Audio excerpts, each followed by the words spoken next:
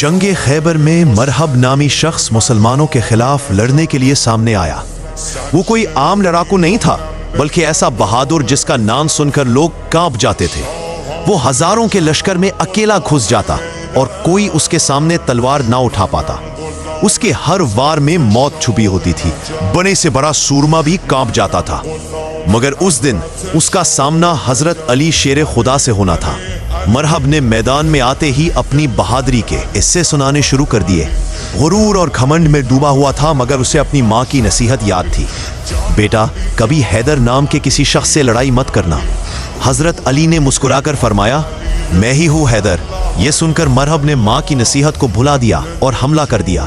3 زوردار وار کیے مگر حضرت علی کی تلوار بجلی سے بھی تیز تھی۔ تینوں وار خالی گئے۔ مرحب کا غرور ٹوٹنے لگا۔ حضرت علی نے ایک پل میں ایسا تیز وار کیا کہ مرحب کا سر ڈھال کو چیرتا ہوا جسم کے 2 ٹکڑے کر گیا۔